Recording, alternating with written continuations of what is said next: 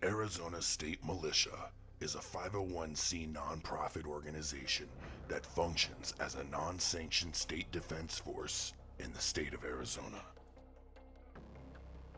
The idea and traditions of the militia can be traced back to England, 1181 AD, under King Henry. The idea took the basic shape of what we have today in 1581, when every man within a certain age group was required to be armed and considered a part of the colony defense forces. The first muster of full militia regiments on American soil took place in 1636 in the Massachusetts Bay Colony. On December 15, 1791, the Second Amendment was adopted as part of the Bill of Rights. A well-regulated militia, being necessary to the security of a free state, the right of the people to keep and bear arms shall not be infringed. Alexander Hamilton, writing in the Federalist Papers, called a well-regulated militia the most natural defense of a free country. In 1903, the latest Militia Act, the Dick Act, transformed all state militia forces into units of the National Guard. Within months of the U.S. entrance into World War I, the entire National Guard force of more than 300,000 guardsmen was mobilized for active duty.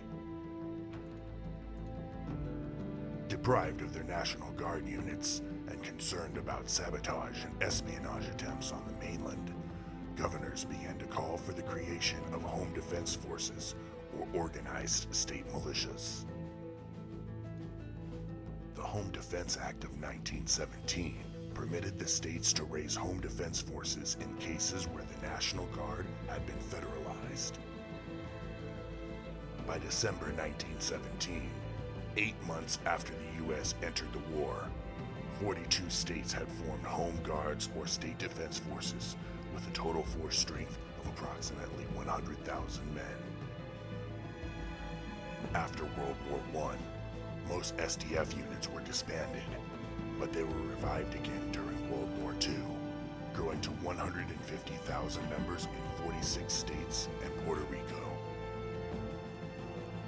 In 1969, President Richard Nixon abolished the draft. The Gates Commission concluded that the best alternative to conscription would be an all-volunteer force. However, creating and maintaining this all-volunteer force would rely heavily on the total force concept, which called for complete integration of all active and reserve components. This realization led many states to revive their SDFs in the 1980s. Ultimately, in 1983, Congress amended the National Defense Act to authorize all states to maintain permanent state defense forces.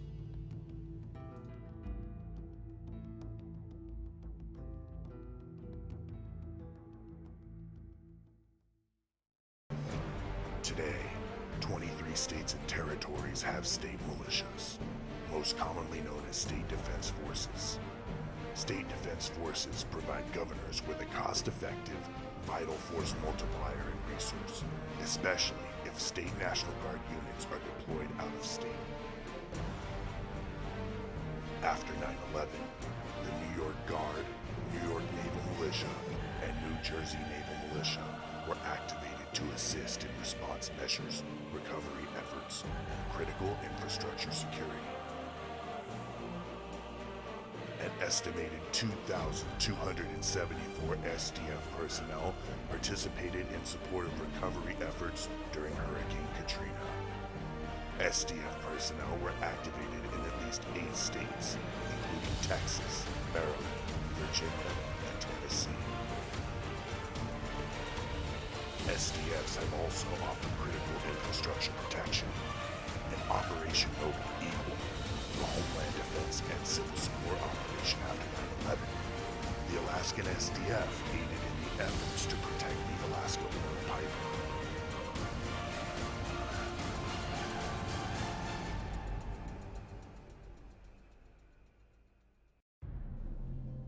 Yet many high-risk states do not have SDFs.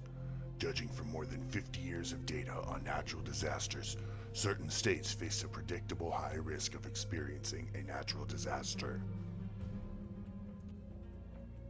Further, an analysis of funding of cities through the Department of Homeland Security's Urban Area Securities Initiative program has identified the 37 highest risk jurisdictions as indicated by the federal government.